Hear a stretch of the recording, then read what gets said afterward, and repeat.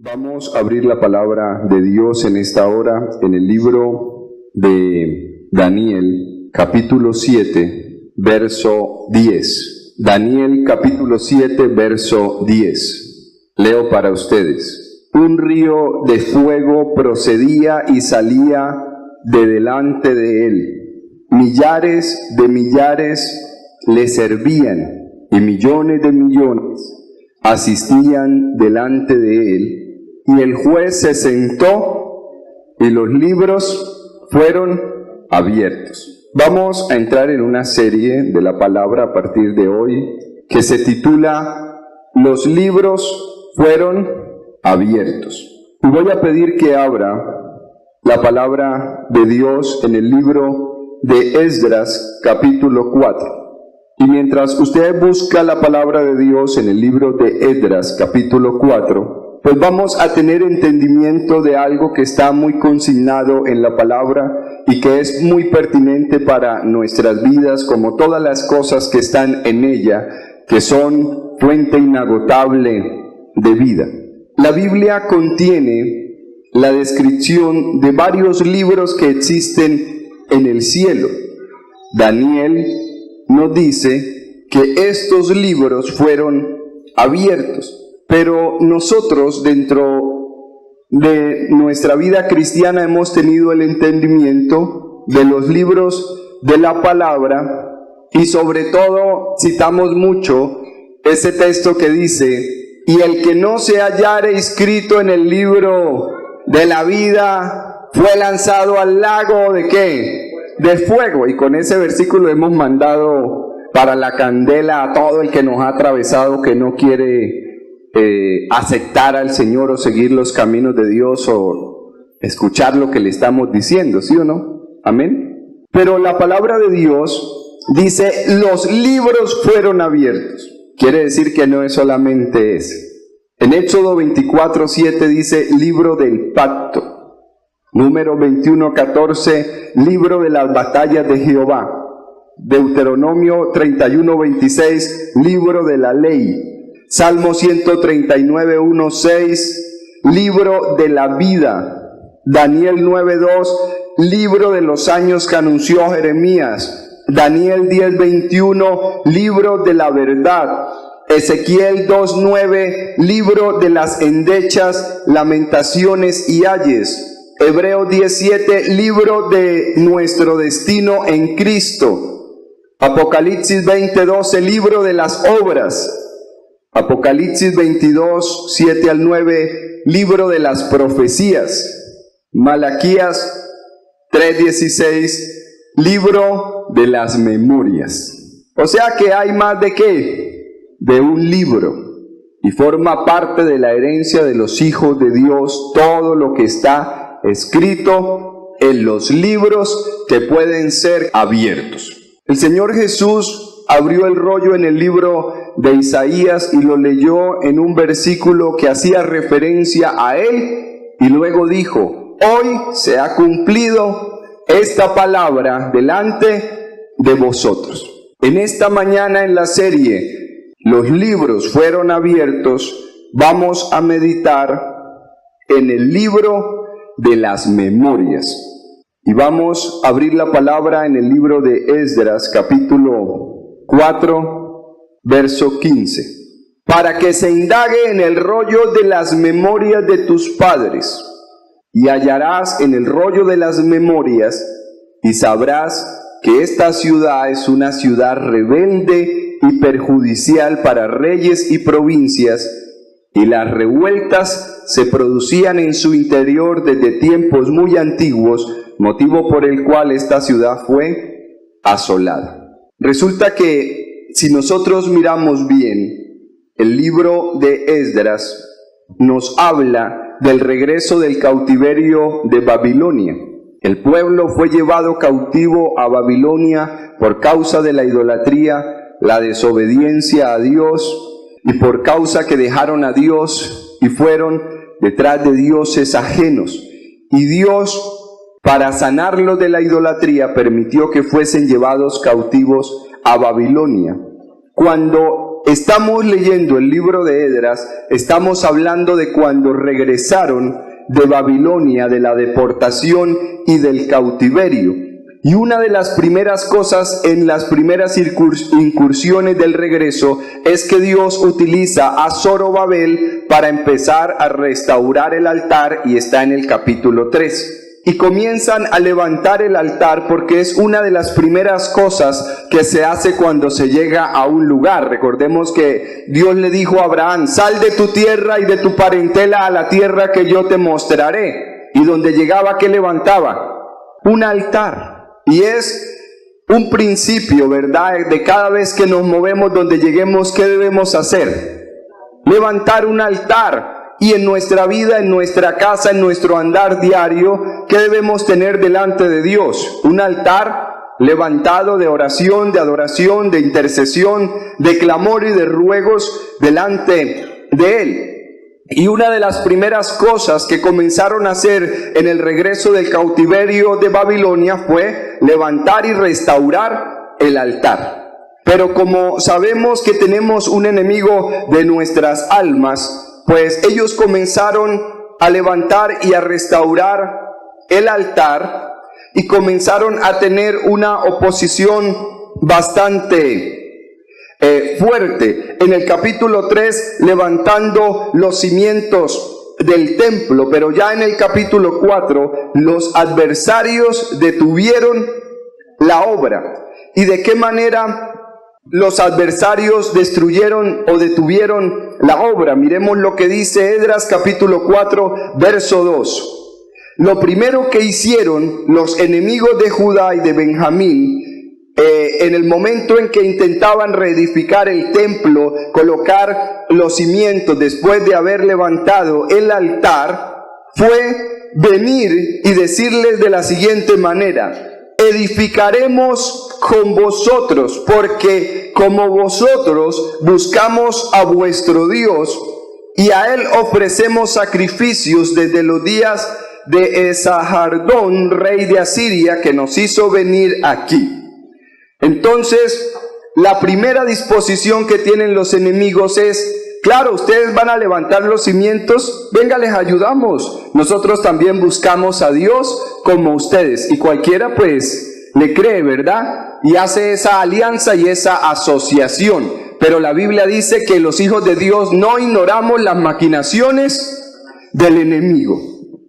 Luego en el verso 4 le dice: pero el pueblo de la tierra intimidó al pueblo de Judá y lo atemorizó para que no edificara. Como no le funcionó la asociación y ellos le dijeron: no nos vamos a asociar con ustedes porque no es la voluntad y el propósito de Dios, entonces la otra arma, la intimidación y el temor. Y a veces, si no caemos en la primera estrategia del enemigo de levantar el altar y levantar los cimientos de la casa de Dios, pues caemos en el segundo, que es la intimidación y el temor. Y si hablamos de temores, nos revisamos que estamos llenos de muchos miedos y de muchos temores. Y la voz del miedo y la voz del temor nos paraliza, y esa voz no viene de parte de Dios, y no viene de parte de Dios mucho menos cuando estamos hablando del templo, de la casa de Dios y del altar que tiene que estar levantado delante de Él. Y no viene de parte de Dios cuando Dios nos ha hablado, nos ha trazado propósitos, nos ha colocado encomiendas, planes que hagamos en cualquier área de nuestra vida, y nosotros por miedo y por temor no damos los pasos de avanzada de las cosas que Dios nos está diciendo que hagamos. Y cuando Dios nos dice algo y miramos las circunstancias o miramos las probabilidades de acuerdo a lo que está sucediendo en la ciudad, en el clima o cualquier aspecto de nuestra vida, empezamos a oír una voz de intimidación y una voz de temor que no viene de parte de Dios. Y si por si acaso solamente estamos escuchando las voces de nuestro alrededor, no falta el que venga y le diga a usted a su oído audiblemente, como le dijo Pedro a Jesús: esa cosa nunca te suceda. O sea, no hace falta. O como por si hiciera falta la voz del temor de su corazón y la voz de sus pensamientos, siempre hay quien venga y le diga que eso que usted está pensando hacer, no se puede hacer. Y que si lo hace le va a ir ¿cómo? Mal. ¿Por qué? Porque se acuerda de 20,000 testimonios de alguien que intentó hacerlo y cómo le fueron. Mal y fracasó. Además, acuérdese que usted ya lo ha intentado varias veces y ¿cómo le ha ido? Mal. ¿Y esa voz viene de Dios? No. Es una voz de intimidación y de temor que tiene que ser callada y enmudecida en esta mañana en el nombre de Jesús. La otra cosa que dice es: pero el pueblo, dice, sobornaron además contra ellos a los consejeros para frustrar sus propósitos. Entonces nosotros, ¿qué hacemos? Vamos, ¿no? Consultemos a Dios, ya Dios nos dijo. Entonces, si no consultamos a Dios, entonces consultemos ¿a qué? A los profetas. Y entonces empezamos a preguntarle a un profeta. Y de pronto Dios en su misericordia nos habla lo mismo. Ve y haz lo que te he pedido. Pero entonces empezamos a buscar otra confirmación, porque en la multitud de consejeros está la sabiduría. La Biblia lo dice, y de esa manera justificamos nuestra incredulidad. Y cuando empezamos a justificar la incredulidad, se abre un espíritu de soborno, y vamos donde el otro profeta, y ya ese diseño está sobornado por el enemigo, y los consejos comienzan a estar ¿cómo? Torcidos, y empiezan a soplar vientos de circunstancias que no vienen de parte de Dios y que cambian el rumbo de lo que Dios nos está pidiendo, y terminamos haciendo otra cosa cuando Dios desde un principio nos había dicho claro que era lo que teníamos que hacer, y solamente debimos haberle ¿qué? Creído, y aparte de eso ¿qué? Obedecido. Verso 6. Y en el reinado de Asuero, en el principio de su reinado, escribieron acusaciones contra los habitantes de Judá y de Jerusalén. O sea que el enemigo no tiene una sola arma para detener nuestra vida en lo que queremos hacer, y más en la restauración del altar, en la colocación de los cimientos y en levantar la casa de Dios conforme a los diseños de Dios. Si no caen a la primera, a la segunda, y si no, a la tercera, y si no, a la cuarta. Pero caen porque caen. Y mire lo que pasó aquí. Escribieron acusaciones contra los habitantes de Judá y Jerusalén. Y nosotros sabemos que tenemos un enemigo que es un ¿qué? Acusador, que acusa a los hijos de Dios de día y de noche. Y que una de las armas muy fuertes que levanta en la conciencia, en la mente y en los dardos de fuego que vienen del maligno es la condenación y la acusación. ¿Y encuentra de dónde? Claro, le recuerda todo su pecado, toda su maldad y toda su rebelión. Y con un solo pecado que le acuerde a usted, que le pese harto en la conciencia o le pese mucho en la conciencia, pues con eso tiene para mantenerlo acusado y condenado. Y cuando una persona vive en acusación o en condenación, se desaprueba a sí misma. Súmele los temores, súmele los malos consejos, súmele las malas alianzas y las malas compañías. ¿Y qué tenemos? Un altar destruido y una obra de construcción de la casa de Dios detenida y paralizada. Pero estamos hablando en esta mañana de un tema, una serie maravillosa que se titula Los libros fueron abiertos y lo mejor está por venir. En esta mañana vamos a hablar del libro de las memorias. Verso 11. Y esta es la copia de la carta que enviaron al rey Artajerjes, tus siervos al otro lado del río. En la carta decía, el verso 15, para que se busque en el libro de las memorias de tus padres, hallarás en el libro de las memorias, y sabrás que esta ciudad es ciudad rebelde. ¿Qué argumento utilizaron los enemigos? Le hablaron al rey y le dijeron, revise bien en el libro de las memorias de tus padres, y hallarás en el libro de las memorias, y sabrás que esta ciudad es ciudad rebelde y perjudicial a los reyes y a las provincias, y que de tiempo antiguo forman en medio de ella rebeliones, por lo que esta ciudad fue destruida. ¿Y era cierto o era mentira? Era verdad que eso estaba escrito en el libro de las memorias. Hacemos saber al rey que si esta ciudad fuere reedificada y levantados sus muros, la región de más allá del río no será tuya, perderás el gobierno y la autoridad sobre todo este territorio. Y para un rey que está gobernando y dominando el mundo conocido, que le manden una carta con una acusación de esas en contra de una nación como Israel, que aparte de todo tenía fama de rebelde, y que todo el mundo sabía que por causa de eso Dios mismo, el Dios que tenía, los había castigado, y ni el Dios de ellos mismos los había soportado. Entonces dijo, no, pues si ni el Dios de ellos se los aguantó, mucho menos yo puedo aceptar que construyan algo que luego se va a levantar contra mí.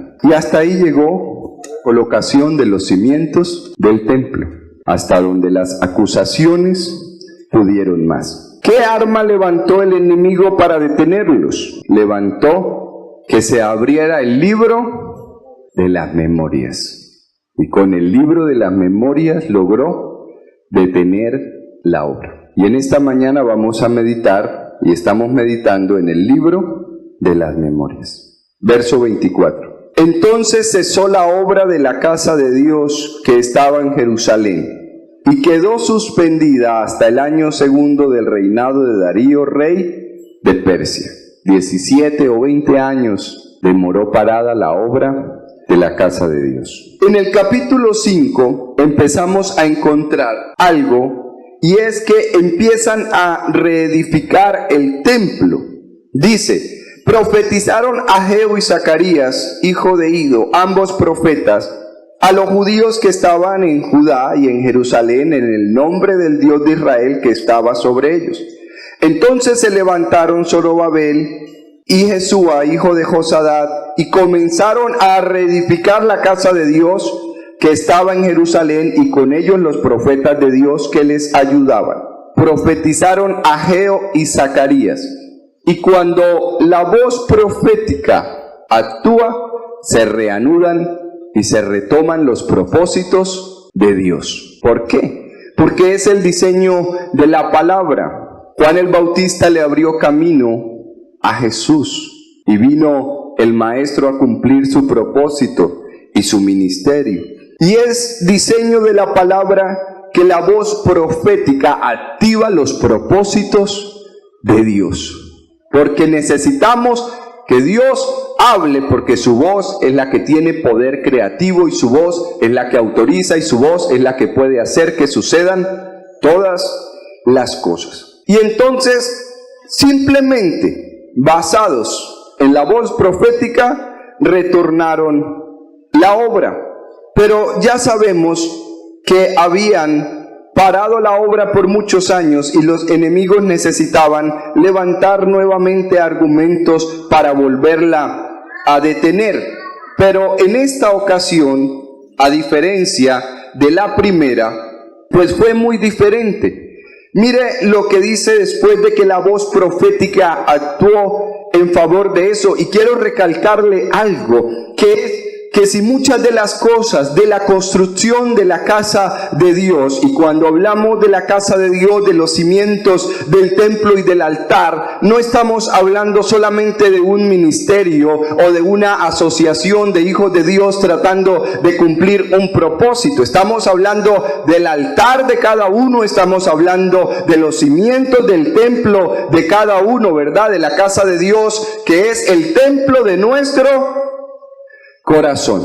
Y nosotros nos damos cuenta de algo, y es que es un proceso muy intermitente. Levanta el altar o le es destruido, coloca los cimientos, le son derribados, intenta construir, y cuando va a mitad de camino o le es detenido o le son derribados muros otra vez y en un proceso muy intermitente de la construcción del templo y de la casa de Dios. Porque si cada hijo de Dios que comienza a levantar el altar y comienza a reconstruir el templo de la casa de Dios en su corazón no le fuera detenida la obra, pues entonces encontraríamos muchos templos hoy en día terminados, ¿verdad? Pero encontramos que si no le hace falta por un lado, le hace falta por el otro, y es muy interrumpido el proceso de construir la casa de Dios. Pero cada vez que se interrumpe y se detiene el proceso de construcción de la casa de Dios, lo que necesitamos es oír su voz, oír la voz profética de Dios, porque una palabra de Dios, una palabra que sale de la boca de Dios, activa lo que nosotros tenemos que hacer y nos da el impulso para seguir adelante. No las voces de las acusaciones del temor, sino la voz profética que habla a nuestras vidas a través del Espíritu Santo, la voz de la palabra que nos es predicada de parte de Dios cuando abrimos la Escritura y indagamos en ella, y cuando empezamos a buscar a Dios y a decirle: habla y no guardes silencio. De ahí la importancia que la voz de Dios sea oída, y de ahí la importancia que nosotros escuchemos su voz y le sigamos, porque la Biblia dice: mis ovejas oyen mi voz y me siguen, no se detienen. Y entonces vemos obras que comienzan, se detienen, otro poquito y otra vez se detiene. Y lo que debería suceder en un año, van 10 y todavía no ha sucedido. ¿Y cómo seguimos? No, esperando en Dios, porque hace 10 años Dios me dio una palabra y yo le creo. Yo también le creo. Y estoy esperando en el Señor que se cumpla. ¿Y cuánto lleva? 10 años. Pero si Dios lo dijo, Dios lo va a hacer. Y la obra interrumpida una y otra vez, pero como Dios lo dijo. Entonces necesitamos destruir un diseño de interrupción de la construcción de la casa de Dios. Es una jugada del enemigo que está conspirada ahí a través de todo lo que hace para impedir que sus propósitos se cumplan. Y si no distrae por un lado, distrae por el otro. Y la Biblia dice que no ignoramos las maquinaciones del enemigo y nos ufanamos de eso, pero sí realmente las ignoramos, porque si no las ignoráramos, no caeríamos tan fácil en todo lo que el enemigo levanta para detener el proceso de la reconstrucción del templo. Y hasta que el templo no esté terminado, es que no baja la nube de la gloria de Dios a visitar el templo. Entonces, busquemos la voz de Dios. Busquemos la voz profética del Espíritu Santo, que es la que reanuda nuestra vida cada vez que el enemigo intenta interrumpir lo que Dios está construyendo en cada uno de nuestros corazones. Y creámosle más a lo que Dios nos está hablando, que a lo que las tinieblas, el temor, la intimidación y la acusación y la condenación dicen. Entonces, acá encontramos que después de esa reanudación de la obra, pues el enemigo intentó otra vez mirar cómo se detenía el proceso. Pero en el capítulo 6 encontramos algo maravilloso, y es el edicto de Darío y la dedicación de la casa. Esdras capítulo 6 verso 2. Fue hallado un rollo donde estaba escrito memoria, porque con la misma arma con la que el enemigo había logrado detener la obra para acusar a los hijos de Dios, pues es la misma que se abre aquí para hablar en favor de los hijos de Dios. Fue hallado un rollo donde estaba escrito memoria, y estamos bajo el tema el libro de las memorias. Hemos abierto hoy el libro de las memorias. ¿En dónde están escritos? En los cielos. Y en el año primero del rey Ciro, el mismo rey Ciro dio orden acerca de la casa de Dios que está en Jerusalén, que la casa sea reedificada en el lugar donde se ofrecen los holocaustos y sus cimientos sean echados firmemente, que su altura sea de de tanto y su anchura de tanto. Y empieza a dar todas las medidas. Verso 5. Y sean restituidos a la casa de Dios los utensilios de oro y de plata que Nabucodonosor sacó del santuario de Jerusalén y transportó a Babilonia. Todos los tesoros de todo lo que fue robado y saqueado del templo de la casa de Dios en el nombre de Jesús tiene que ser completamente ¿qué? Restituido a nuestra vida. El botín de los tesoros, de las bendiciones de los hijos de Dios, los reclamamos ahora en el nombre de Jesús. Sean devueltos y llevados otra vez al santuario de Jerusalén, a su lugar, y sean colocados ¿en dónde? En la casa de Dios, en el templo de nuestro corazón y de nuestra vida. Verso 8. Y por mí, entonces, después de que leen el libro de las memorias, encuentran que había ya una orden de que la casa fuera reedificada, dada por Ciro. Pero ahora encima de ese escrito en la memoria se establece uno adicional y dice: y dejad, verso 7, llevar a cabo la obra de esa casa de Dios, y que el gobernador de los judíos y los ancianos de los judíos reconstruyan esa casa de Dios en su lugar. Y dice Darío: y por mí es dada orden de lo que habéis de hacer con esos ancianos judíos para la construcción de la casa de Dios, que del erario del rey, aún de los tributos de más allá del río, sean pagados puntualmente los gastos a esos hombres, para que no ¿qué?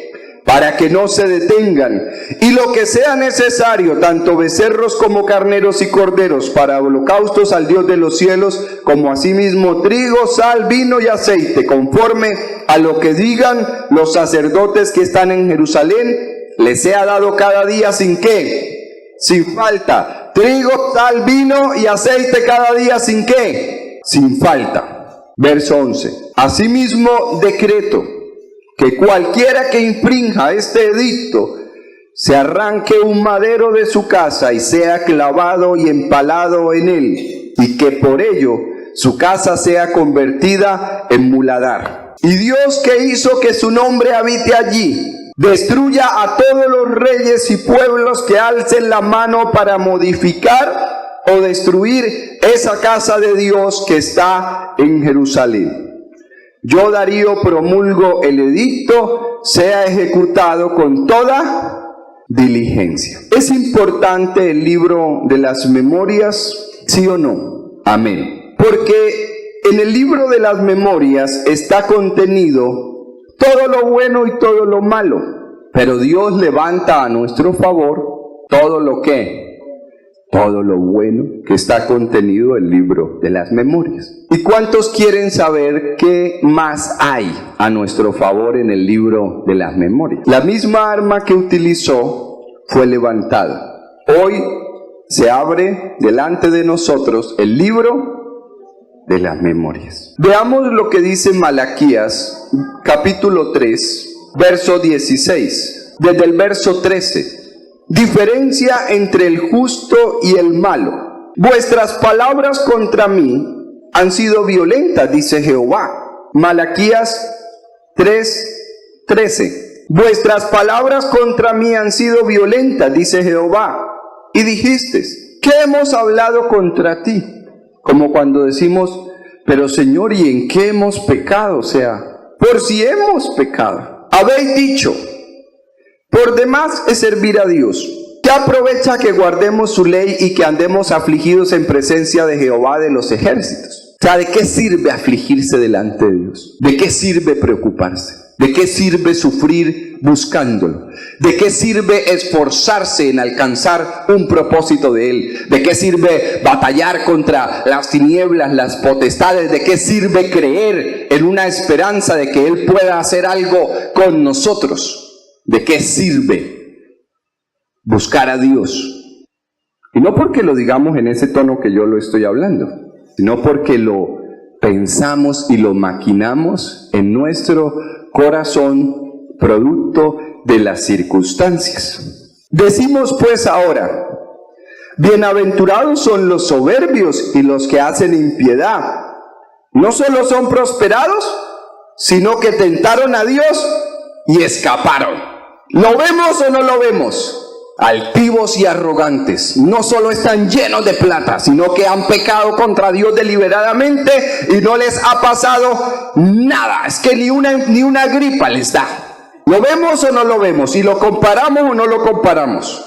Entonces, y nosotros aullando como lobos por una cosa y rogando y gimiendo por la otra, y intentándolo por un lado y intentándolo por el otro, y haciendo miles de cosas y fracasando en el intento y transitando un camino de aflicción delante de Dios. Y decimos, ¿de qué sirve eso? Entonces, los que temían a Jehová hablaron cada uno a su compañero, porque aparte de que lo pensamos, pues terminamos ¿qué? Quejándonos. ¿Y con quién nos quejamos? Pues con el que tenemos al lado. El que esté más cerquita, con ese nos desahogamos. Y Jehová escuchó y oyó. El problema no es que usted le cuente a su compañero. El problema es que Dios oye todos nuestros pensamientos y todas las maquinaciones de nuestro corazón. Y creemos que es pecado grave delante de Dios fornicar y adulterar, robar, mentir, hurtar y todo lo demás. Pero no creemos que sea una falta grave pensar y maquinar en el corazón si vale la pena servirle a Dios, afligirse delante de Él o no. Y en dónde nos escondemos para pensar que Dios no nos vea y nos oiga. Y Jehová escuchó y oyó. ¿Qué dice acá? Y Jehová escuchó y oyó. O sea, lo grave de todo lo que a nosotros nos pasa es que Dios lo escucha y lo oye. Parece que fuera lo mismo, porque con escuchar basta, ¿cierto? Pero dice escuchar y oír. O sea, que le queda bien claro lo que hay en nuestro corazón. Y después de que Dios lo escucha y lo oye, dice, y fue escrito en el libro de la memoria delante de Él, para los que temen a Jehová y para los que piensan en su nombre. O sea, todo queda ¿qué? Escrito. Por eso estamos en la serie Los libros fueron abiertos. Y fue escrito en el libro de las memorias para los que temen a Jehová y para los que piensan en su nombre. Verso 17. Debido a toda esa aflicción y a todo ese sufrimiento, mire lo que Dios escribió. Y serán para mí especial tesoro, ha dicho Jehová de los ejércitos, en el día en que yo actúe, y los perdonaré como el hombre que perdona a su hijo que le sirve.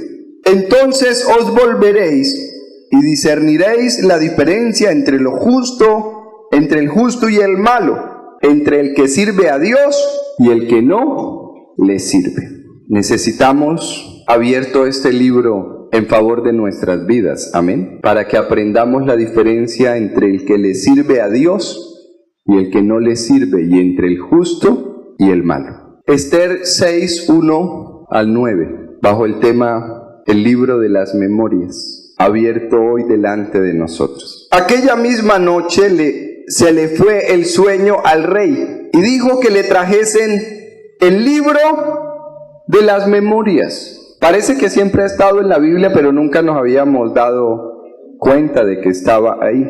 Y crónicas, y que las leyeran en su presencia. Mire todo lo que hace Dios en favor de nuestras vidas. Había un decreto de muerte sobre el pueblo, pero Dios, para levantarse en favor de su pueblo, le quitó el sueño al rey, y la única manera de que pudiese medio entender qué estaba pasando y por qué no podía dormir era leyendo el libro de las memorias. Entonces hallaron escrito que Mardoqueo había denunciado el complot de Bigtán y de Teres, dos eunucos del rey de la guardia de la puerta, que habían procurado poner mano en el rey Asuero. Y dijo el rey: ¿qué honra o qué distinción se hizo a Mardoqueo por esto? Mire que hay cosas que hacemos en Dios de las que no nos han pagado.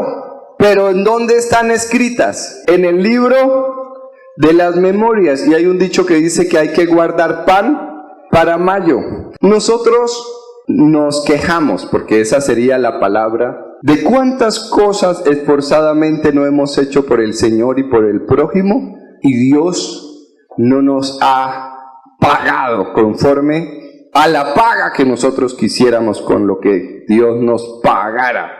Y Dios no nos ha permitido ver ni alcanzar lo que nosotros en el deseo y la codicia de nuestro corazón quisiéramos ver y alcanzar. Pero lo que está escrito, está escrito. Y dígame quién le mete el borrador al libro de las memorias delante de la presencia de Dios y borra lo que nosotros hemos hecho. Lo sabe Dios, así no lo reconozcan los hombres. Amén. Entonces el rey dijo, y respondieron los servidores del rey, sus oficiales, nada se ha hecho con él. Porque hay personas en este mundo con las que no se ha hecho ¿qué? Nada, por más que hayan hecho en Dios proezas. No ha pasado hasta el día de hoy ¿qué? Nada. Pero está escrito ¿en dónde? En el libro de ¿qué? De las memorias. Y la única manera de que suceda algo con esas personas, de todo lo que ha hecho, es que se abra ¿cuál libro en el cielo? El libro de las memorias. Y si usted dice, ¿por qué si yo he hecho tantas cosas en Dios conmigo, no ha sucedido de parte de Dios ni ha pasado nada? Es porque ¿qué? Porque nunca hemos abierto el libro de las memorias. Y la Biblia dice, mi pueblo perece porque le falta conocimiento. Entonces dijo el rey, ¿quién está en el patio? Y Amán había venido al patio exterior de la casa real para hablarle al rey, para que hiciese colgar a Mardoqueo en la horca que él ya le tenía lista. O sea, lo peor no es que no haya pasado nada con nosotros después de tanto que le hemos hecho y le hemos servido. Lo peor es que nuestros enemigos en su casa ya nos tienen una horca lista. Y si nos quejábamos porque no ha pasado nada, ahora imagínense ahorcados, si no nos vamos a quejar. Y los servidores del rey le respondieron, he aquí Amán está en el patio. Y el rey dijo que entre. Entró pues Amán y el rey le dijo, ¿qué se hará al hombre cuya honra desea el rey? Esto sí es maravilloso. Y dijo Amán en su corazón, ¿a quién deseará honrar al rey más que a mí? Y respondió Amán al rey, para el varón cuya honra desea el rey. ¿Sabe qué es lo bueno de lo malo en el corazón de los hijos de Dios? Que muchas de las cosas que nosotros hemos anhelado, deseado y codiciado sucedan de parte de Dios con nosotros por no tener la actitud del corazón correcta. Todo eso que anhelamos y deseamos lo vemos suceder con los demás. ¿Lo dice la Biblia o no lo dice? Respondió el rey Amán al rey, para el varón cuya honra desea el rey, traigan el vestido real del que el rey se viste. Vea lo que nada más quería, ¿no? Y el caballo con el que el rey cabalga, y la corona real que está puesta en su cabeza. ¿Quería poder o no quería poder? Y den el vestido y el caballo en mano de alguno de los príncipes más nobles del rey. Y vistan a aquel varón cuya honra desea el rey, y llévenlo en el caballo por la plaza de la ciudad, y pregonen delante de él. Así se hará al varón cuya honra desea el rey. Y le dijo Dios, date prisa y haz todo lo que acabas de decir con Mardoqueo.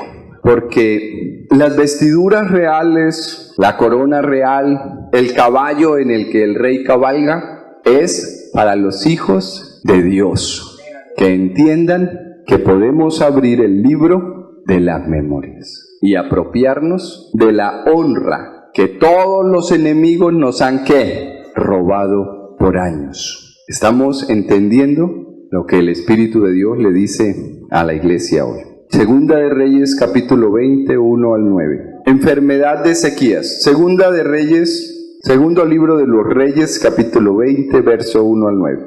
En aquellos días Ezequías cayó enfermo de muerte, Y vino a él el profeta Isaías, hijo de Amós, y le dijo: Jehová dice así: ordena tu casa porque morirás y no vivirás. Tremendo que un profeta le llegue a uno así, ¿no? Entonces él volvió su rostro a la pared y oró a Jehová y dijo: te ruego, oh Jehová, te ruego que hagas ¿qué? Memoria, que abras el libro de las memorias. Vea el arma con la que se defendió él para ser librado de la muerte. Abre el libro de las memorias. Y eso es como cuando un abogado defendiendo a un acusado de muerte encuentra dentro de la ley un parágrafo que lo ampara y lo exonera, y después de que lo lee queda libre por más asesino que fuera en serie, porque lo que está escrito, está escrito. Y la Biblia dice: las armas de nuestra milicia no son ¿qué? Carnales, sino poderosas en Dios para la destrucción de ¿qué?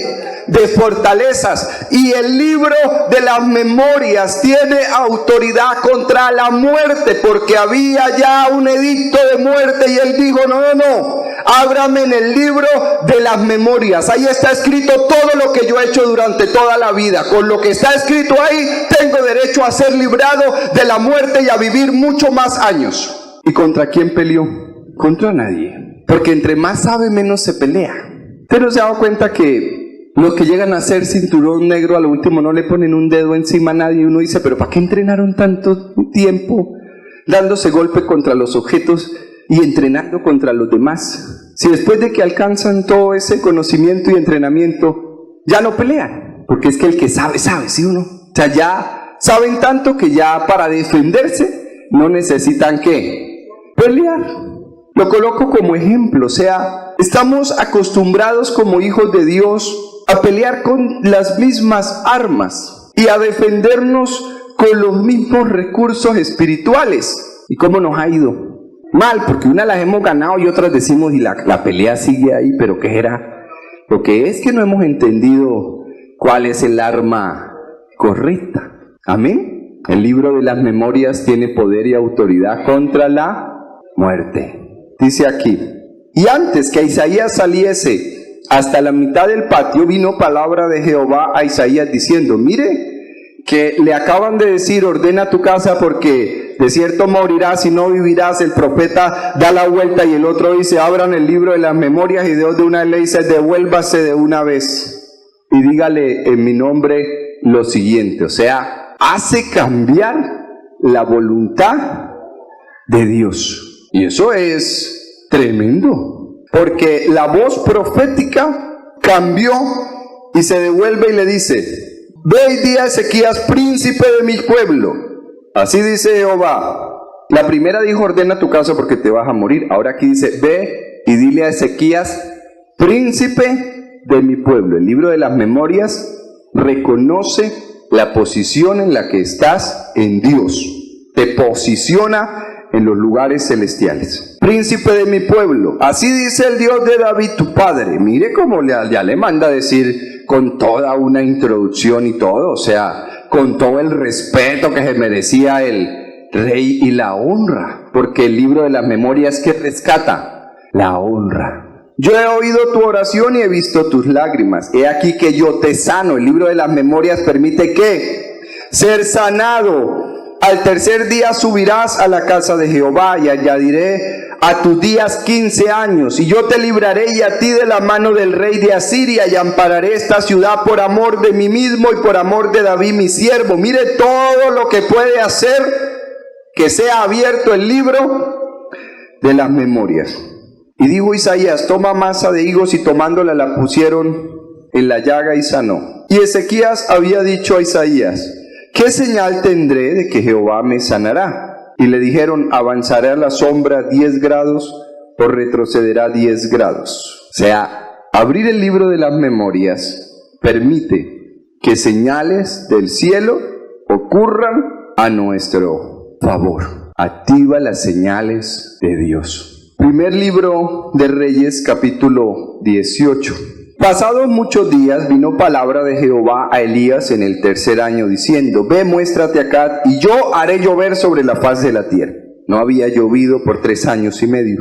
Y Acab llamó a Abdías su mayordomo. Abdías era en gran manera temeroso de Jehová, porque cuando Jezabel destruía a los profetas de Jehová, Abdías tomó a 100 profetas y los escondió de 50 en 50 en cuevas y los sustentó con pan y agua. Y dijo pues Acab a Abdías: ¿por qué Acab convocó a su mayordomo Abdías? Porque en el libro de las memorias estaba escrito que era un hombre temeroso de Dios, que había librado a los profetas de 50 en 50 de mano de Jezabel y los había sustentado con pan y agua. Había sido sirviente de los profetas y se había levantado sin temor contra Jezabel para librar a los varones de Dios. ¿Dónde estaba escrito eso? En el libro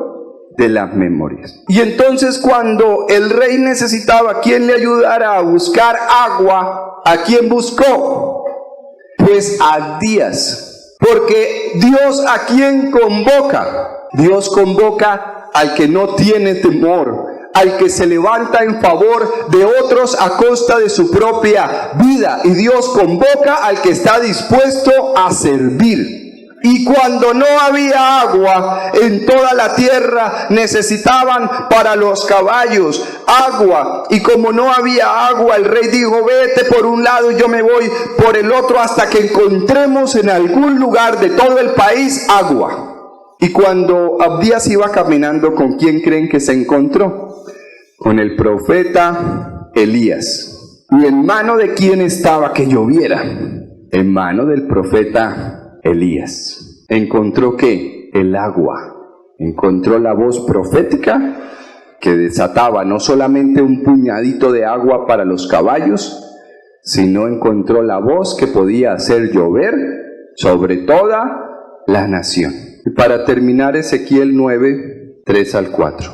Y la gloria de Dios de Israel se elevó por encima del querubín sobre el cual había estado al umbral de la casa. Y llamó Jehová al varón vestido de lino que tenía a su cintura el tintero de escribano. Aquí habla de un varón vestido de lino que tenía a su cintura un tintero de escribano, de escriba. Y el varón vestido de lino las vestiduras de lino, son las vestiduras que utilizaba únicamente el sumo sacerdote, todas blancas, el día de la expiación. El día de la expiación, el sacerdote no se colocaba el traje tradicional, sino que se vestía de lino blanco, que eran las vestiduras para entrar al lugar santísimo una vez al año a ofrecer expiación por toda la nación. Y aquí en Ezequiel vemos que ese varón vestido de lino tiene en su cintura un tintero de escribano. ¿Y para qué se utiliza el tintero de escribano? Para escribir. ¿Y a quién representa el varón vestido de lino y vestido de blanco? Representa a Cristo. Porque nosotros tenemos una imagen de Jesús, el Hijo de Dios, como la roca de Israel, como el santo, como el apóstol, como el profeta, pero tenemos muy poca conciencia del Hijo de Dios como escriba. Y aquí Ezequiel está hablando de Jesús, el Hijo de Dios, el escriba. Y nosotros casi nunca encontramos Jesús el escriba, porque vemos que lo que recibe el profeta es tremendo. Y le dice al escriba: anote ahí todo lo que estoy hablando. O sea, se ve una labor ahí de secretario de segunda mano. Pero nunca hemos los hijos de Dios tenido conciencia que el secretario escriba de segunda mano, que escribe toda la palabra profética, es Jesús mismo. Y aquí dice que tenía el varón vestido de lino en su cintura el tintero de escribano.